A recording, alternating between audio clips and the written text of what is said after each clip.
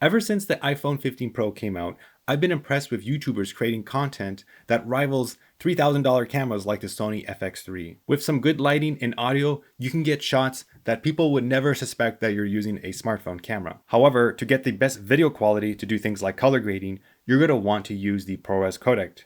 However, there's a problem. ProRes codec is very storage intensive. It's virtually impossible to film on the internal storage unless you pay Apple's exorbitant upgrade fees to upgrade your internal storage. So here's the solution. This is Aiffro's P10 SSD drive, and it's MagSafe compatible. All you have to do is slap it on your phone, and then you get an amazing performant, very thin external hard drive where you can film all your ProRes footage right onto it. Let's unbox it and let's go into the review and go over some benchmarks. So what you get in the box is nothing but the SSD drive itself and these two nifty USB-C cables that are very fast, USB 3.2 Gen 2x2. This is the maximum speed of this SSD drive. What I like about this cable here is that it makes it fit on your iPhone or whatever phone you have very snugly. You have no loose wires. It's almost like one single piece. And then you have this more basic one. I actually don't use the single basic one.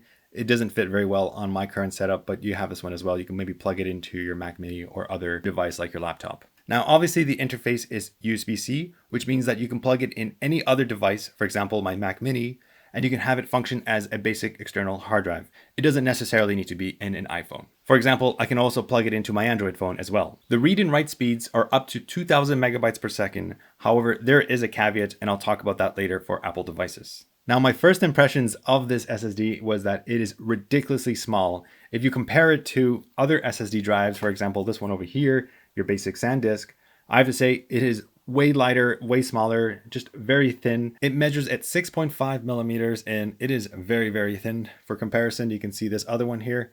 It is slightly thicker. So I really like how small and it's just, fits in your pocket. It's so small. And I really like that it is made of aluminum on the side, which means it has a heatsink spreader. So you're not going to get any overheating or anything like that. If you're doing a lot of data intensive filming, you're filming for a long times. I've tested this, by the way. And yeah, the design itself just looks very nice. Now, when you stick it onto your iPhone or whatever device you have, the silver part is going to be showing. This allows it to ventilate the hot air through to the external side. And what I like about the aluminum is if you do end up using it on your Mac Mini or whatever Apple device, it kind of just looks like the same color as the silver color for your laptops or Mac Mini. Now, there is a power button in case you want to turn it off. Maybe you don't want to draw any more power than what's necessary. You can just press that right over here. Now, unlike your basic NVMe enclosures or bulky hard drives, this is all on one single chip. So it's a single chip design, meaning that it performs very well, it performs cooler and operates faster for its size. Overall, the build quality of the Aiffro P10 is absolutely amazing. So when I set up this device, you can set it up as either exFAT, which means that's compatible with Linux, Windows, and Mac OS. Now, you must keep it in exFAT format if you plan on using this with your iPhone in order to record ProRes. However, if you're going to be exclusively using this on Mac OS, then I recommend keeping it in APFS format.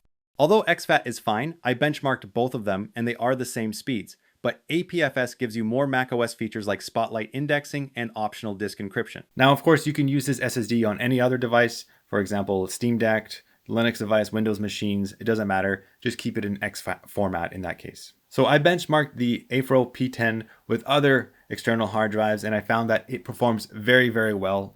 However, I do want to go over this little subtlety on Apple devices, and honestly, it's not a big deal. So what ended up happening was that this device can only go up to 1 gigabyte per second or 1000 megabytes per second. And that's because it uses USB 3.2 Gen 2x2. However, on devices like your iPhone 15 Pro or 16 Pro and like say a Mac Mini, it doesn't actually have USB 3.2 Gen 2x2 support, which goes up to almost 20 gigabits per second, which gives you that 2 gigabytes per second read speed and write speed. So it goes up to one gigabyte, which is totally fast and totally fine. And it's not going to hinder your ProRes filming on your iPhone 15 Pro.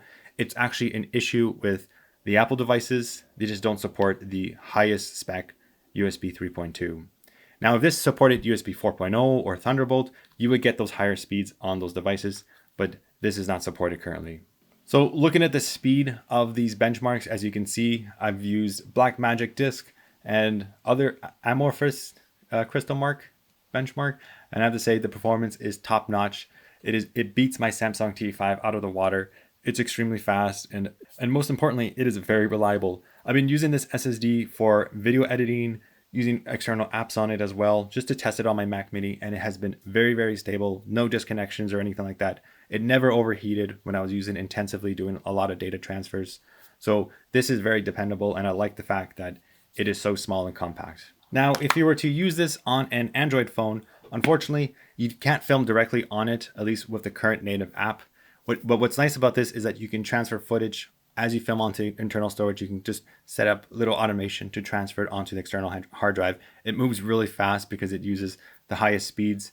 But if you're going to be using an iPhone, you can obviously film all the ProRes. You can go 4K 60 and film to your heart's content and get all that amazing high quality footage that is practically lossless.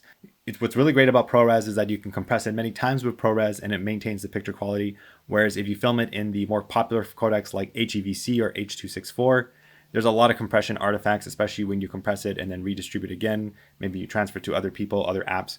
There's a lot of problems with that. I really like the cable management and how thin the little puck on the back of my iPhone is. I barely feel it basically, and it just feels like an extension of the phone. So it's not obtrusive at all. It just fits so snugly on the back, and the MagSafe is very strong. It's never gonna fall off ever. So this Aiffro P10 unit is the 2 terabyte model, and I'm looking at the iPhone store. As you can see, it can only go up to 1 terabyte. This is 2 terabytes, and if you're upgrading from the base model, the 128 gigabytes, all the way to 1 terabyte, you are paying a ton of cash in order to get that upgrade. So I definitely recommend getting this instead of trying to upgrade. And obviously you can't even get that much storage. So this is a way better solution. Don't waste your money, especially if you're gonna, down 2 years or 3 years from now, you're gonna sell your phone, and then all those upgrades you paid are gonna be heavily discounted and passed down to the second owner. Whereas if you bought just an external hard drive and then you bought a new phone, you can simply just bring this SSD over to the new phone without wasting any of your money.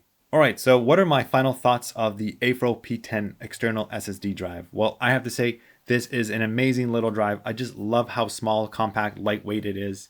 It sticks so nicely on my iPhone 15 Pro, and the fact that I can film all my ProRes codec and not worry about external storage or pay Apple those exorbitant fees, this is definitely worth the investment. I'll leave a link in the description. Check it out, and thanks for watching.